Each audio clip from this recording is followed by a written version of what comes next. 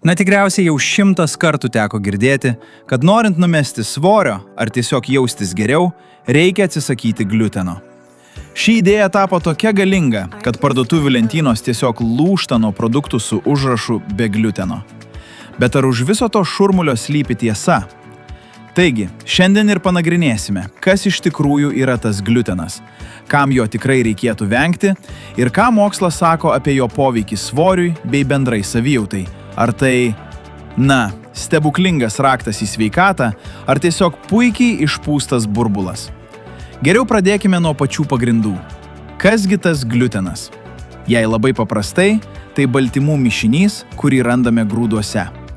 Būtent jis paverčia miltus lipne elastinga tešla ir suteikia duonai tą malonų purumą. Pats savaime jis nėra nei geras, nei blogas, tiesiog natūrali grūdų dalis. Nors atrodo, kad kas antras žmogus renkasi produktus be gliuteno, labai svarbu suprasti, kad tik nedideliai daliai žmonių tai yra ne mados reikalas, o tiesiog medicininė būtinybė. Iš esmės yra 3 pagrindinės grupės. Žmonėms sergantiems celiakija gliutenas sukelia labai rimtą autoimuninę reakciją, kuri žaloja žarnyną. Kviečių alergija tai vėlgi visai kas kita, bet ji taip pat reikalauja vengti šio baltymo. Na ir galiausiai yra žmonės, kurie neturi celiakijos, bet yra jautrūs gliutenui. Jį suvalgę jaučia įvairius nemalonius simptomus. Tad apibendrinant, šioms grupėms dieta be gliuteno yra gydymas. Visiems kitiems tai asmeninis pasirinkimas. Gerai, o dabar pereikime prie to, kas turbūt domina daugelį – svorio metimas. Juk tai ko gero pagrindinė priežastis, kodėl tiek daug žmonių imasi šios dietos. Pažiūrėkime, ką apie tai sako faktai. Taigi klausimas paprastas.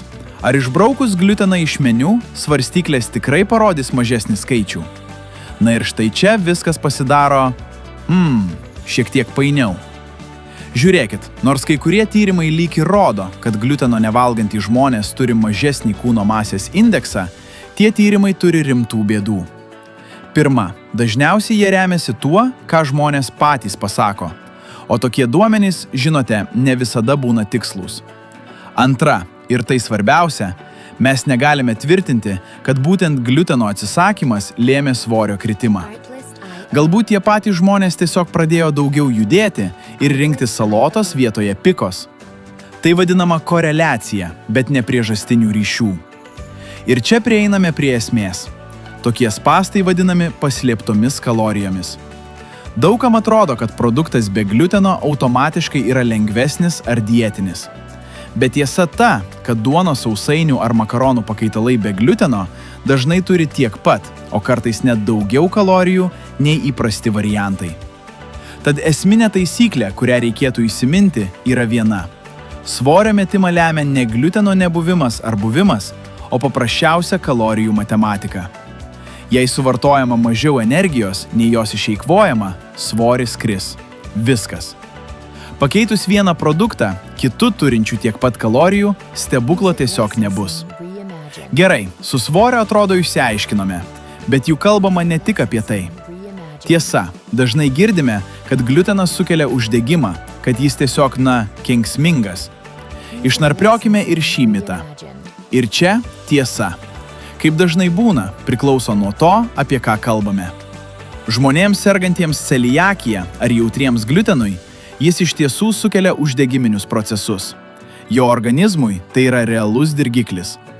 Tačiau sveikam žmogui, kuris neturi šių problemų, šiuo metu nėra jokių patikimų mokslinių įrodymų, kad gliutenas kažkaip savaime didintų uždegimo organizme.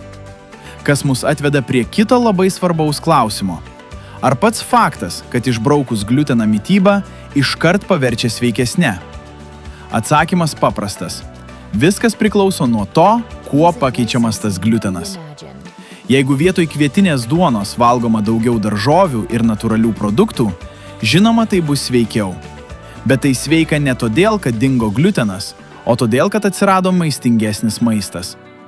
Jog sutikite, sausainis be gliuteno vis tiek yra sausainis. O ką sako didesni tyrimai? Jie nerodo, kad gliuteno vartojimas sveikiems žmonėms didintų širdies ligų, kolito ar diabeto riziką.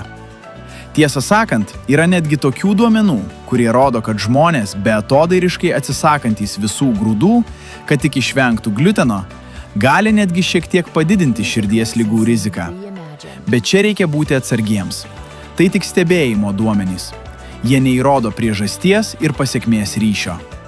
Ir čia prieiname prie galimos tamsiosios mitybos be gliuteno pusės. Ypač jeigu ji nėra gerai suplanuota. Kai iš mitybos išimami tradiciniai grūdiniai produktai, dažnai kartu su jais prarandamos ir labai svarbios maistinės medžiagos. Dažniausiai tai būna skaidulos, kurių gausu pilnų grūdo produktuose. Taip pat B grupės vitaminai ir kai kurie mineralai. Bet tai tikrai nereiškia, kad mityba be gliuteno yra pasmerkta būti skurdi. Anaiptol. Svarbiausia – protingi pasirinkimai.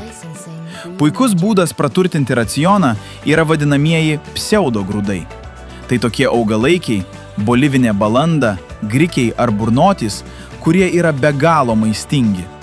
Na ir žinoma, pats pagrindas – kuo daugiau įvairių daržovių ir vaisių.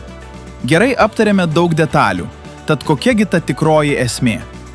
Pabandykime viską sudėti į lentynėles. Išvada, tiesą sakant, yra labai aiški ir susideda iš dviejų dalių.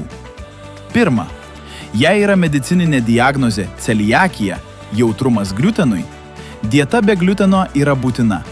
Čia jokių diskusijų. Antra, visiems kitiems sveikiems žmonėms nėra jokių rimtų mokslinių įrodymų, kad vien tik gliuteno atsisakymas duotų kažkokią stebuklingą naudą sveikatai. Ar padėtų numesti svorio? Ir tai mus atveda prie pačios svarbiausios minties. Raktas į sveikatą slypi ne vien baltymo pašalinime, o visos mitybos kokybėje. Subalansuota įvairi mityba, kurioje gausu natūralių, neperdirbtų produktų, štai kur tikroji paslaptis. Tad pabaigai klausimas pamąstymui. Galbūt užuot nuolat ieškojus, ko dar reikėtų atsisakyti, vertėtų susitelkti į tai, ką gero ir maistingo galima įtraukti į savo lėkštę.